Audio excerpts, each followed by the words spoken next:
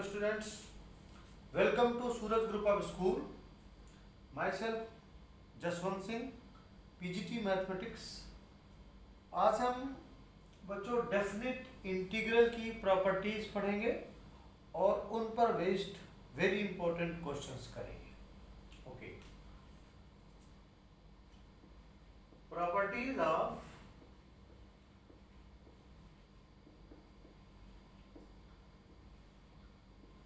Definite integral.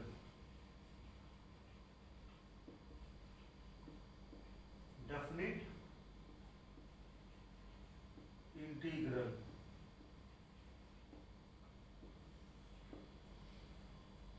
First property, a to b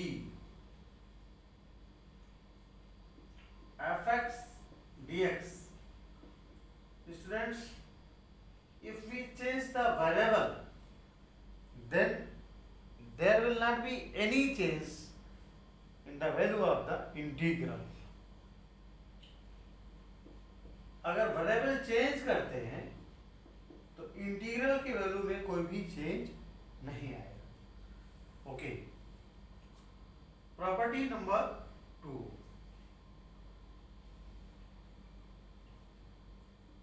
students, if we interchange the limits, means lower limit to upper limit and upper limit to lower limit, then there will be involvement of negative sign.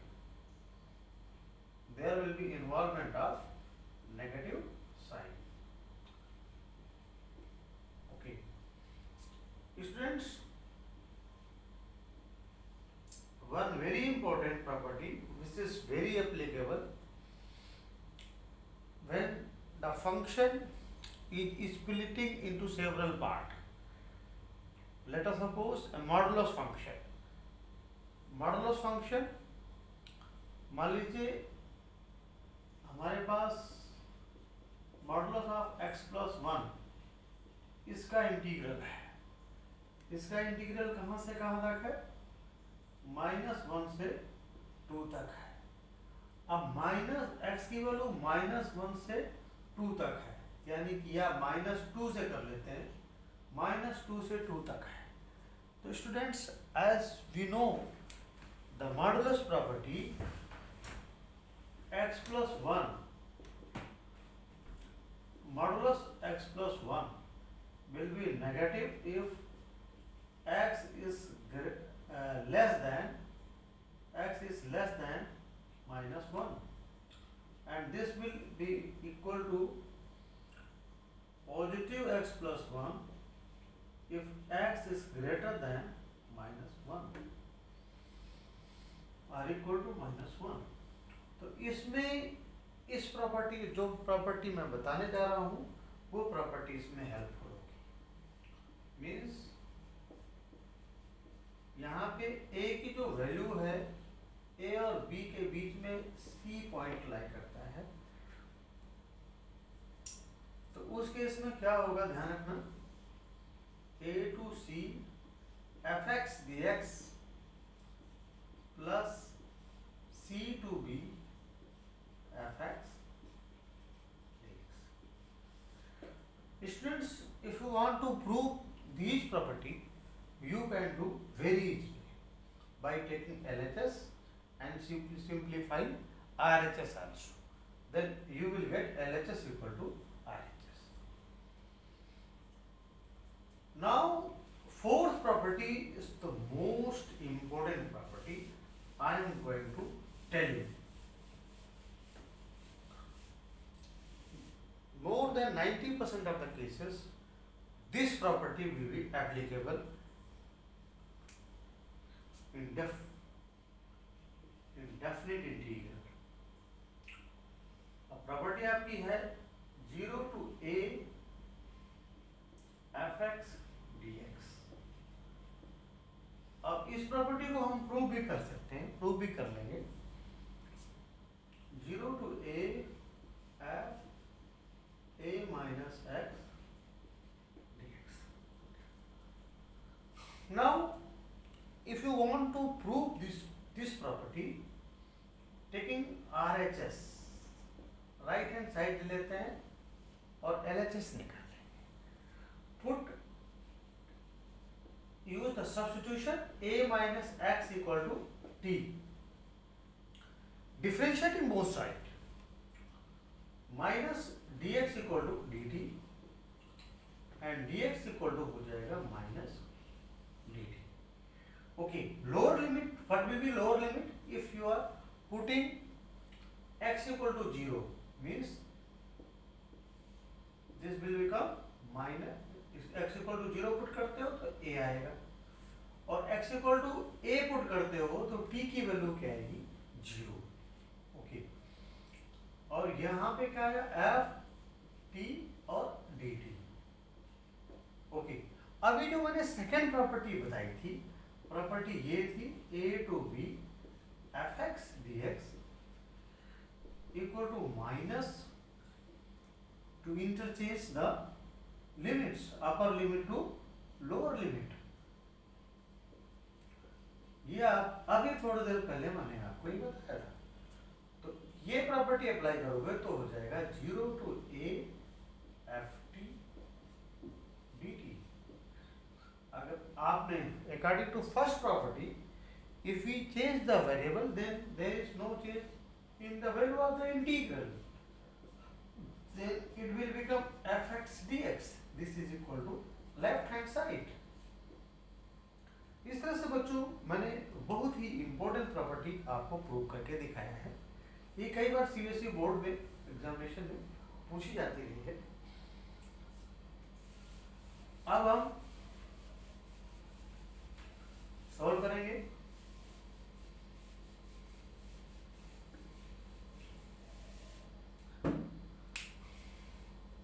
अब property 4 की एक important property है. 4 part कर सकते हो, 1 कर सकते हो. ये प्रॉपर्टी भी काफी इंपॉर्टेंट है. एक्चुअली उसी प्रॉपर्टी का अनदर फॉर्म है. a to b f a plus b minus x dx.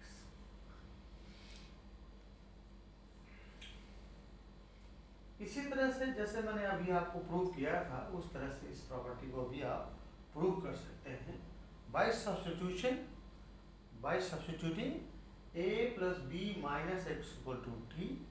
Then after integration, after putting the values, you will get the left hand side result. Okay. A fifth property.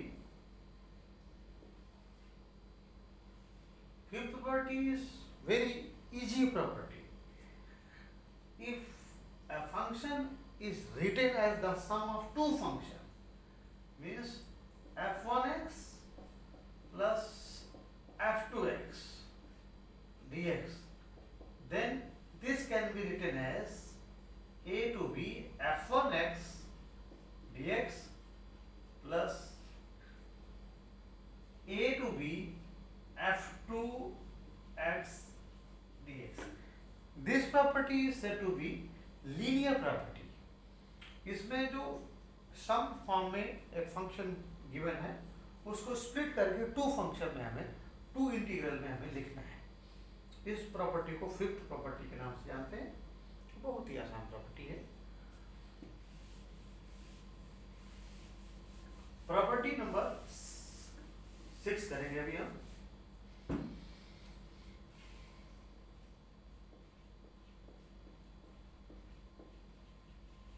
Property number 6 क्या property है? Statement. Property का statement बहुत जरूरी है. जब भी आप question solve करोगे, then you should write the statement of the property. Rather to write the numbers, you should write the statement of the property. By whenever you are required to apply, then you have to write the statement of the property. Okay. इसकी value क्या होगी?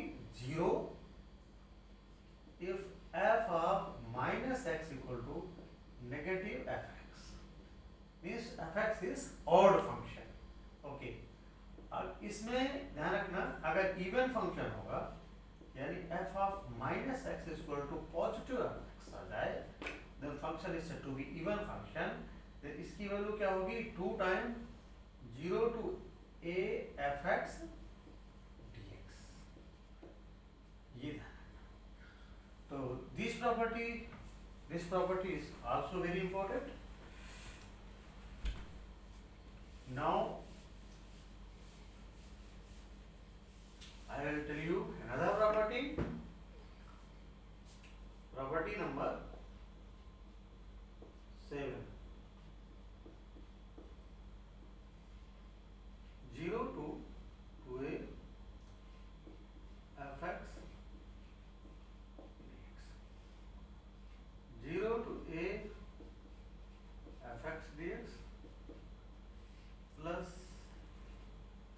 a to 2a f 2a minus x dx। ये property है, ये property भी काफी important होती है, इसका यूज कर सकते हो, सो मेनी क्वेश्चंस में इसका यूज आएगा।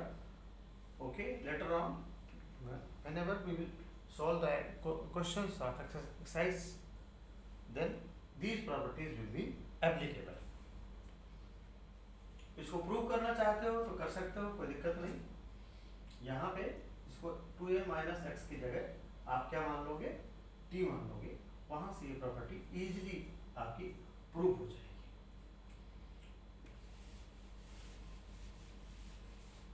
अब प्रॉपर्टी नंबर 8,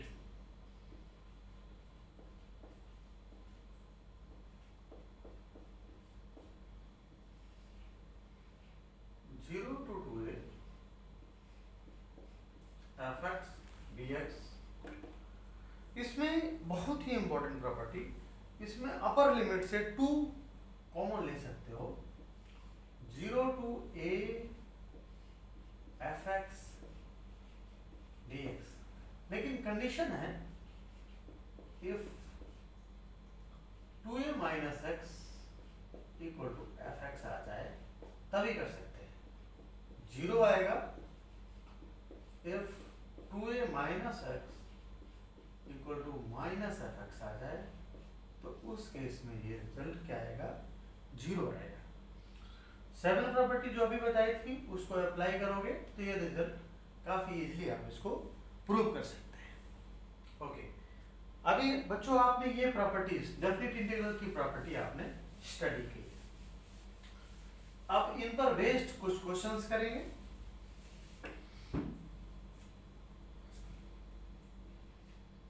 नंबर 1 क्वेश्चन क्या है,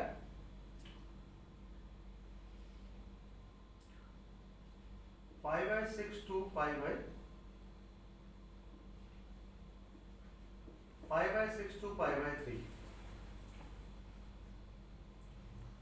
1 upon 1 plus root tan x। Students इस क्वेश्चन को हम सॉल्व करेंगे।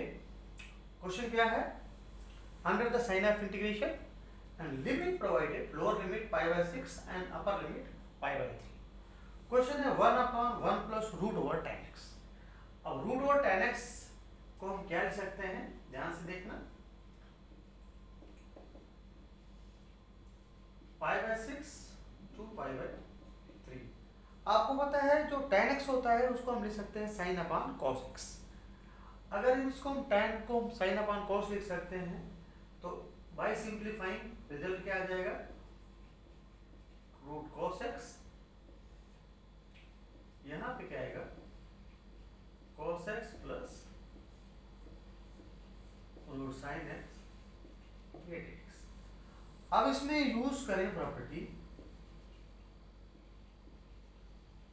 using a to b fx dx, a to b f a plus b minus x dx। अगर इसको अप्लाई करते हैं तो x रिप्लेस हो जाएगा आपका पाई बाय 2 माइनस एक्स में। कैसे, आपको पता है a की जगह पाई बाय 6 है, मीन्स 30 डिग्री और b की जगह π/3 है मीन्स 60 डिग्री।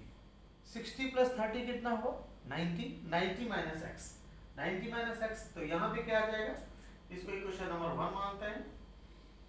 यहाँ पे क्या आ जाएगा π/6 π/3 √sin x, क्योंकि x की जगह π/2 - x रखोगे तो डेफिनेटली cos 90 - थीटा क्या होता है, cos 90 - x क्या होता है, sin x होता है। और डिनोमिनेटर में √cos x √sin x plus √sin x √cos x, means इसमें कोई भी चेंज नहीं आएगा।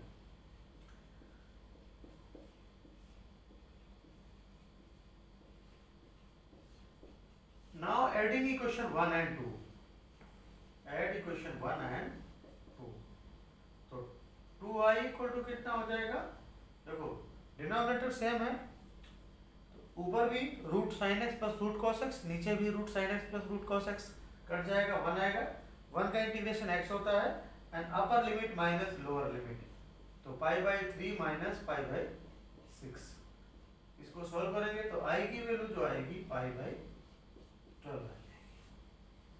तो इस तरह से आपने काफी इंपॉर्टेंट क्वेश्चन, सीबीएसई में आया हुआ क्वेश्चन आपने सॉल्व किया और प्रॉपर्टी का एप्लीकेशन भी हो गया।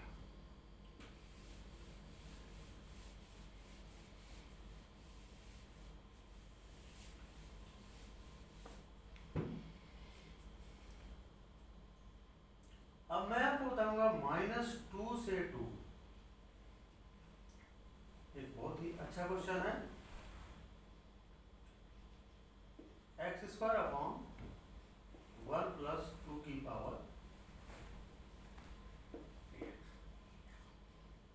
अब एक बात का ये ध्यान रखना, अगर इस क्वेश्चन को हम सॉल्व करते हैं तो कैसे करेंगे, ध्यान से देखना। ये जो प्रॉपर्टी मैंने आपको बताई थी वो प्रॉपर्टी आपको अप्लाई करना है। fa + b - x dx। तो x की जगह क्या पुट करना है, -2 + 2 0 हो गया, x की जगह -x पुट करना है। -x का स्क्वायर में कोई फर्क नहीं पड़ेगा, 1 + 2 की पावर -x dx। अगर इसको हम सिंप्लीफाई करेंगे, क्योंकि बच्चों 2 की पावर -x को हम ले सकते हैं 1/2 की पावर x। अगर इसको सिंप्लीफाई करेंगे तो 2 की पावर x ऊपर चला जाएगा x², अब नीचे 2 की पावर x + 1। इसको इक्वेशन 1 मान लिया, इसको इक्वेशन 2 मान लिया। Adding 1 and 2, add 1 and 2, adding equation 1 and 2, you will get 2i equals 2 raised to the power x + 1, इसका कॉमन ओवर हियर, क्योंकि डिनोमिनेटर में सेम है। तो न्यूमरेटर में क्या हो जाएगा, x² कॉमन हो जाएगा और 2 की पावर x + 1 dx, ये कैंसिल आउट। लिमिट आपके पास -2 से 2 है। आगे आप बहुत ही इजीली इसको सॉल्व कर सकते हैं, क्योंकि x² का इंटीग्रेशन सारे बच्चे जानते हैं। x² का इंटीग्रेशन क्या होता है, x³/3 होता है। 3 को आपने यहाँ पे कर लिया, x³ -2 to 2। अब इसमें लिमिट आप अगर अप्लाई करते हो आप, तो 2³ कितना होता है 8 माइनस प्लस हो जाएगा, दैट इज तो 2i इक्वल टू कितना हो गया 8 8 16/2 कितना हुआ 8। तो i की वैल्यू हमारे पास कितनी आ गई, दैट इज यहाँ पे 3 है, ध्यान रखना 16/3 है। i की वैल्यू कितना आ जाएगा 8/3। बहुत ही इंपॉर्टेंट क्वेश्चंस, ये 4 मार्क्स का सीबीएसई में पूछा गया है। आज से करीब 4 साल पहले क्वेश्चन आया हुआ था और उस समय के बच्चों के लिए काफी ये चैलेंजिंग क्वेश्चन माना जाता है।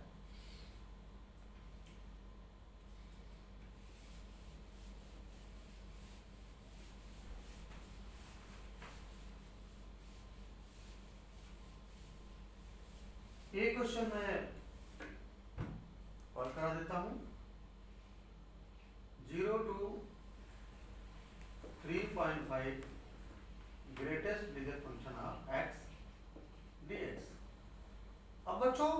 ग्रेटेस्ट इंटीजर फंक्शन हमेशा दो इंटीजर्स के बीच में ही डिफाइन होता है। जैसे 0 से 1 के बीच में ग्रेटेस्ट इंटीजर की वैल्यू 0 आएगी, और 1 से 2 के बीच में ग्रेटेस्ट इंटीजर की वैल्यू 1 आएगी, और 2 से 3 के बीच में ग्रेटेस्ट इंटीजर की वैल्यू 2 आएगी, और 3 से 3.5 के बीच में डेफिनेटली इट विल बिकम 3।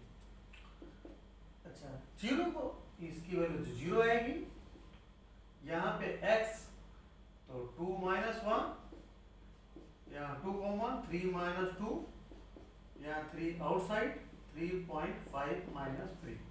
अब इसको सॉल्व करते हैं तो 1 प्लस 2, यहाँ पे आया 1.5। रिजल्ट कितना हो गया? 4.5। काफी बढ़िया क्वेश्चन है। इस तरह से हमने कई क्वेश्चंस को सॉल्व किया, कई डिफरेंट क्वेश्चन को, और प्रॉपर्टीज ऑफ डेफिनिट इंटीग्रल मैंने आपको बताया। आज के वीडियो लेक्चर में बस इतना ही।